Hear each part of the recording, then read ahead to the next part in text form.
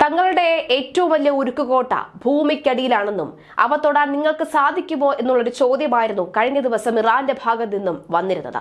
ഇറാനെ പിന്തുണയ്ക്കുന്ന പലതരത്തിലുള്ള മലയാള മാധ്യമങ്ങളും അത്തരം ചോദ്യങ്ങൾ ഇസ്രായേലിനോട് ചോദിച്ചിരുന്നു. എന്നാൽ ഇപ്പോൾ പുറത്തുവരുന്ന അന്താരാഷ്ട്ര മാധ്യമങ്ങളും അന്തർദേശീയ മാധ്യമങ്ങളും നൽകുന്ന വിവരമനുസരിച്ച് ആ ഉരുക്കുകോട്ടയിലും ഇസ്രായേൽ കയറി അടി തുടങ്ങിയിരിക്കുന്നു എന്ന് വ്യക്തമാക്കുകയാണ്.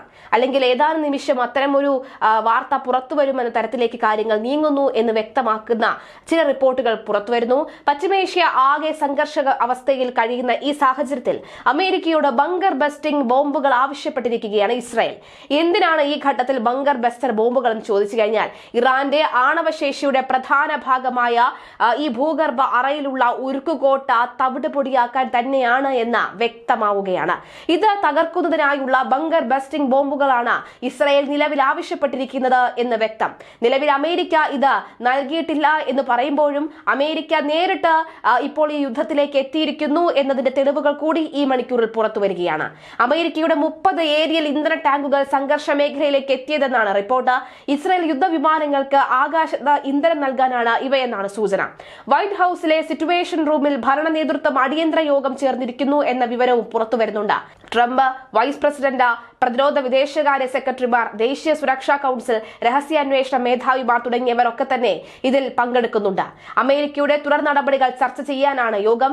ഇറാൻ പ്രസിഡന്റുമായി ഫോണിൽ സംസാരിച്ച UAE president Sheikh Mohammed bin Zayed Al Nahyan എന്ന വാർത്ത കൂടി വരുന്നുണ്ട്. എന്തു വന്നാലും ഞങ്ങൾ കാണും നിങ്ങളോടൊപ്പം എന്ന് ഇറാന് ഒരു ആത്മവിശ്വാസം നൽകിയിരിക്കുകയാണ് ഈ UAE തലവൻ എന്നാണ് വ്യക്തമാകുന്നത്. അതേസമയം ഇസ്രായേലിലെ ഇന്ത്യക്കാർക്ക് നിർദ്ദേശങ്ങൾ നൽകിയിരിക്കുകയാണ് ഇന്ത്യൻ എംബസി. ഇസ്രായേൽ തുടരുന്നവർ എത്രയും വേഗം തന്നെ എംബസിയുമായി ബന്ധപ്പെടണമെന്ന് അടക്കമുള്ള കാര്യങ്ങളും പറയുകയാണ്. സംഘർഷം രൂക്ഷമാകുന്ന സാഹചര്യത്തിൽ ഇറാന് മുന്നറിയിപ്പുമായി അമേരിക്ക എത്തുമ്പോൾ ഇറാന്റെ പരമോന്നത നേതാവ് അയത്തുള്ള അലി ഖമനേയി എവിടെയാണ് ഒളിച്ചിരിക്കുന്നത് എന്ന് അറിയാമെന്നും ഖമനേയി നിരുപാധികം കീഴടങ്ങണമെന്നുമാണ് ട്രംപ് മുന്നറിയിപ്പ് നൽകിയിരിക്കുന്നത്. അമേരിക്കൻ പൗരന്മാരെയും സൈനികരെയും ലക്ഷ്യമിടരുത് എന്നും ട്രംപ് പറയുന്നുണ്ട്. ട്രൂത്ത് സോഷ്യൽ പോസ്റ്റിലൂടെയാണ് ട്രംപിന്റെ ഈ പ്രതികരണവും പുറത്തുവരുന്നത്. ഇറാൻ ഇസ്രായേൽ യുദ്ധത്തിൽ കക്ഷിയായിരിക്കുകയാണ് അമേരിക്ക. യുദ്ധം ആരംഭിച്ചതിന് ശേഷം നേരിട്ടുള്ള ഒരു പ്രസ്താവന ഇതാദ്യമായിട്ടാണ് ട്രംപ് നടത്തുന്നത്. ഈ ഘട്ടത്തിൽ ഇസ്രായേൽ ഇറാൻ സംഘർഷം രൂക്ഷമായിരിക്കുന്ന ഈ ഘട്ടത്തിൽ കൂടുതൽ പ്രധാന കേന്ദ്രങ്ങൾ ആക്രമണം നടത്തി വരികയാണ് ഇസ്രായേൽ എന്നുള്ളതാണ് മനസ്സിലാകുന്നത്. ഇറാന്റെ ഏറ്റവും രഹസ്യമായതും സുരക്ഷിതമായതുമായ നദാൻസിലെ ആണവ കേന്ദ്രത്തിൽ ഇസ്രായേൽ പ്രിസിഷൻ ആക്രമണം നടത്തിയിട്ടുണ്ട് എന്നാണ് ഐക്യരാഷ്ട്രസഭയുടെ ഏജൻസി വ്യക്തമാക്കുന്നത്. പ്രിസിഷൻ അല്ലെങ്കിൽ പ്രിസൈസ്ഡ് ആക്രമണം എന്ന് പറയുന്നത് എവിടെയാണോ ഉന്നം അവിടെ മാത്രം, അല്ലെങ്കിൽ എവിടെയാണോ നമ്മളുടെ ലക്ഷ്യം അവിടെ മാത്രം ആ ഭൂമിയെ തുരന്ന് ഭൂമിക്കടിയിലെ പാതാളത്തിലെ രഹസ്യ കേന്ദ്രങ്ങൾ അടക്കമുള്ളവ തൂത്തെറിയുവാനും തവിട് പൊടിയാക്കുവാനും ആ ഭൂമിക്കടിയിൽ തന്നെ അവിടെ തന്നെ ഇല്ലാതെയാക്കുവാനും കഴിയുന്ന തരത്തിലേക്ക് കാര്യങ്ങൾ നീക്കുന്ന തരത്തിലേക്ക് അത്തരത്തിലുള്ള ഒരു ആക്രമണം തന്നെയാണ് ഇസ്രായേൽ ഇപ്പോൾ നടത്താൻ തീരുമാനിച്ചിരിക്കുന്നത്. അന്താരാഷ്ട്ര ആണവോർജ്ജ സമിതിയാണ് ഈ വിവരം പുറത്തുവിട്ടിരിക്കുന്നത്. ഭൂമിക്കടിയിൽ സ്ഥിതി ചെയ്യുന്ന നദാൻസ് ന്യൂക്ലിയർ കോംപ്ലക്സിലേക്കാണ് ഇസ്രായേൽ കൃത്യമായ ആക്രമണം നടത്തിയത്. അടിയിലായതിനാൽ തന്നെ ഈ ആണവ കേന്ദ്രം ആരാരും കണ്ടെത്താൻ കഴിയില്ല എന്നായിരുന്നു ഇതുവരെയും ഇറാൻ കരുതിയിരുന്നത്. അത് തന്നെയായിരുന്നു അവരുടെ അഹങ്കാരത്തിന് പിന്നിലും. ആണവ കേന്ദ്രത്തിലെ യുറേനിയം സമ്പുഷ്ടീകരണ കേന്ദ്രത്തിലേക്കാണ് ഇസ്രായേൽ ആക്രമണം നടത്തിയത്. ഇക്കഴിഞ്ഞ വെള്ളിയാഴ്ച നടന്ന ആക്രമണത്തിന് ശേഷം ശേഖരിച്ച ഹൈ റെസല്യൂഷൻ ഉപഗ്രഹ ചിത്രങ്ങളുടെ വിശദമായ പരിശോധനയിലാണ് നദാൻസിലെ ഭൂഗർഭ സമ്പുഷ്ടീകരണ ഹാളുകളിൽ നേരിട്ട് പ്രത്യാഘാതങ്ങൾ ഏറ്റിട്ടുണ്ട് എന്ന് ഞങ്ങൾ സ്ഥിരീകരിക്കുന്നു എന്ന് അന്താരാഷ്ട്ര ആണവോർജ്ജ സമിതിയുടെ എക്സിലെ പോസ്റ്റിൽ കുറിച്ചിരിക്കുന്നത്. എന്നാൽ ഇറാനിലെ 2 പ്രധാന ആണവ കേന്ദ്രങ്ങളായ ഇസഫാനിലും ഫോർഡോയിലും മാറ്റങ്ങളൊന്നും ഉണ്ടായിട്ടില്ല എന്നും പറയുകയാണ്. ഫോർഡോ എന്നും ഈ പറയുന്ന ഇറാന്റെ ഒരു നട്ടെല്ല് തന്നെയാണ്, അതിൽ യാതൊരുവിധ സംശയവുമില്ല. ഇസ്രായേൽ ഈ ഒരു യുദ്ധം വിജയിക്കുന്നുണ്ട് എന്ന് മനസ്സിലാക്കണമെങ്കിൽ ഫോർഡോ തകർന്നിരിക്കണം എന്നുള്ള ഒരു റിപ്പോർട്ടുകൾ കൂടി അല്ലെങ്കിൽ എന്നൊരു വിശദീകരണവും കൂടി വരുന്നുണ്ട്.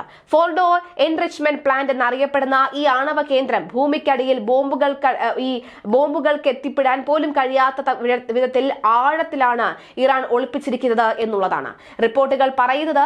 ഒരിക്കൽ പോലും ഇസ്രായേലിന് അവിടെ കടന്നു ചെല്ലാൻ കഴിയില്ല എന്നാണ് പറയുന്നത്. നിലവിൽ അമേരിക്കയ്ക്ക് മാത്രമേ ഫോർഡോ ആക്രമിക്കാനുള്ള സൈനിക ശക്തിയും സാങ്കേതിക വിദ്യയും ഉള്ളൂ.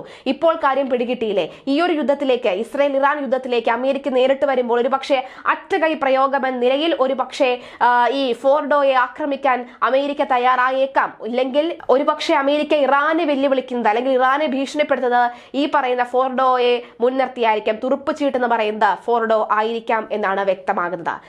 എന്താണ് ഇറാന്റെ ഫോർഡോ ആണവ കേന്ദ്രം എന്നൊന്ന് പരിശോധിക്കാം.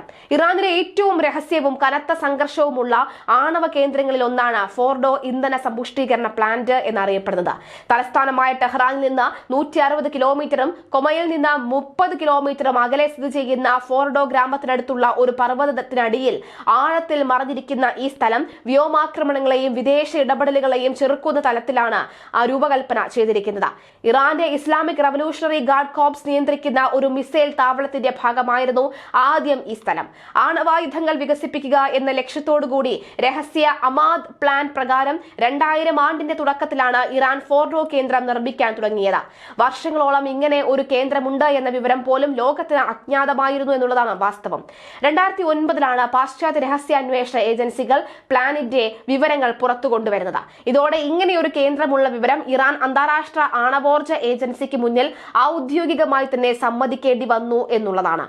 ഒപ്പം റഷ്യയാണ് ഈ ഉരുക്കുകോട്ടയ്ക്ക് കാവൽ എന്നുള്ളത് കൂടി നമ്മളെ ഒന്നുകൂടി ഇതിന്റെ ഈ ഒരു പ്രാധാന്യത്തെ വിളിച്ചു പറയുന്നതാണ്. ഫോർഡോയെ ഇസ്രായേലിന് തൊടാനാകാത്തതിന്റെ കാരണം അതിന്റെ ആഴം തന്നെയാണ്. ഭൂമിക്കടിയിൽ 80 മുതൽ 300 അടി വരെ ആഴത്തിലാണ് ഇത് സ്ഥിതി ചെയ്യുന്നത് എന്നുള്ളതാണ്. 2 വ്യത്യസ്ത വിഭാഗങ്ങളിലായി ക്രമീകരിച്ചിരിക്കുന്ന ഏകദേശം 3000 IR-1 സെൻട്രിഫ്യൂജുകൾ ഉൾക്കൊള്ളുന്നതിനായാണ് ഈ കേന്ദ്രം ആദ്യം നിർമ്മിച്ചത്. പർവ്വത മടക്കുകളിൽ റഷ്യൻ സാങ്കേതിക വിദ്യയാണ് ഫോർഡോ ആണവ കേന്ദ്രത്തിന് കാവൽ നിൽക്കുന്നത്. റഷ്യയുടെ കുപ്രസിദ്ധി എയർ ഡിഫൻസ് സിസ്റ്റമായ S-300 ആണ് ഈ കേന്ദ്രത്തിന് ചുറ്റും വിന്യസിച്ചിരിക്കുന്നത്. കൂടാതെ തുടർച്ചയായ ബോംബാക്രമണങ്ങളെ അതിജീവിക്കാനുള്ള സംവിധാനവും ഇവയ്ക്കുണ്ട്. ഫോർഡോ ആക്രമിക്കാൻ കഴിവുള്ള ആയുധങ്ങൾ US മാത്രമേ നിലവിലുള്ളൂ എന്നാണ് വിശ്വസിക്കുന്നത്.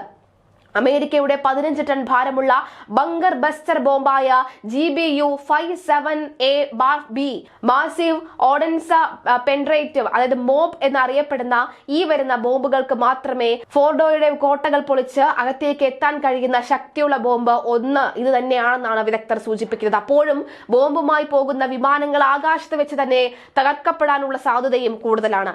2015 ആണവ കരാർ പ്രകാരം ഫോർഡോയെ സമാധാനപരമായ ശാസ്ത്രീയ ഉപയോഗത്തിന് മാത്രം ഉപയോഗിക്കാൻ തീരുമാനമായെങ്കിലും 2018 US കരാറിൽ നിന്ന് പിന്മാറിയതിനു ശേഷം ഇറാൻ വീണ്ടും ഫോർഡോയിൽ സമ്പുഷ്ടീകരണം പുനരാരംഭിച്ചു എന്നുള്ള വിവരമാണ് പുറത്തുവരുന്നത്. ഓരോ 3 മാസത്തിലും ഏകദേശം 166 കിലോഗ്രാം 60% സമ്പുഷ്ടീകരിച്ച യുറേനിയം ഇവിടെ ഇപ്പോൾ ഉൽപ്പാദിപ്പിക്കുന്നുണ്ട് എന്നുള്ളതാണ് ഇസ്രയേലിന്റെ വെല്ലുവിളി എന്ന് പറയുന്നത്. ഇറാനെതിരെയുള്ള ആക്രമണങ്ങൾ അവസാനിപ്പിക്കുന്നത് ഫോർഡോ തകർത്തുകൊണ്ടാവണമെന്നതാണ് തങ്ങളുടെ ആഗ്രഹമെന്ന ഇസ്രയേലി നയതന്ത്ര വിദഗ്ധർ HEL ലീറ്റർ പറയുകയും ചെയ്തിട്ടുണ്ട്. ഇറാന്റെ പ്രധാന ആണവ കേന്ദ്രങ്ങൾ ഇസ്രായേലിന് നശിപ്പിക്കാൻ കഴിയുമെന്നാൽ US സൈനിക സഹായമില്ലാതെ ഫോർഡോ പോലെയുള്ള ശക്തമായ സ്ഥലങ്ങൾ ഇസ്രായേലിന് തൊടാൻ പോലും കഴിയില്ല എന്നുള്ള ഈ വെല്ലുവിളി മറികടക്കാനാണ് ഇപ്പോൾ ബങ്കർ ബസ്റ്റർ ബ്ലാസ്റ്റർ ആയിട്ടുള്ള അല്ലെങ്കിൽ ബങ്കർ ബസ്റ്റർ ബോംബുകൾ ഇസ്രായേലിന് അമേരിക്ക നൽകണം എന്നുള്ള ആവശ്യം ഇസ്രായേൽ തന്നെ മുന്നോട്ട് വെച്ചിരിക്കുന്നത്.